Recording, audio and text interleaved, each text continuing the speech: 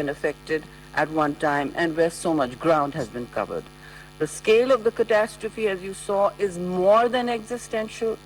It is now a Rubicon crossed for all climate disasters. As each week goes by, even our talking points change, because it unfolded over months and months, 16 months.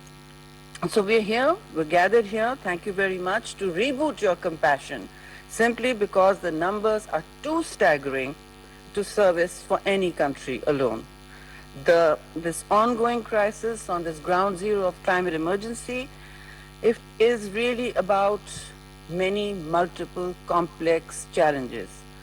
If most of the videos you saw, the later parts, the inundated swathes of land are from the south, which is my home. And if you can find ground in the south, dry land, then it is hard to find the means.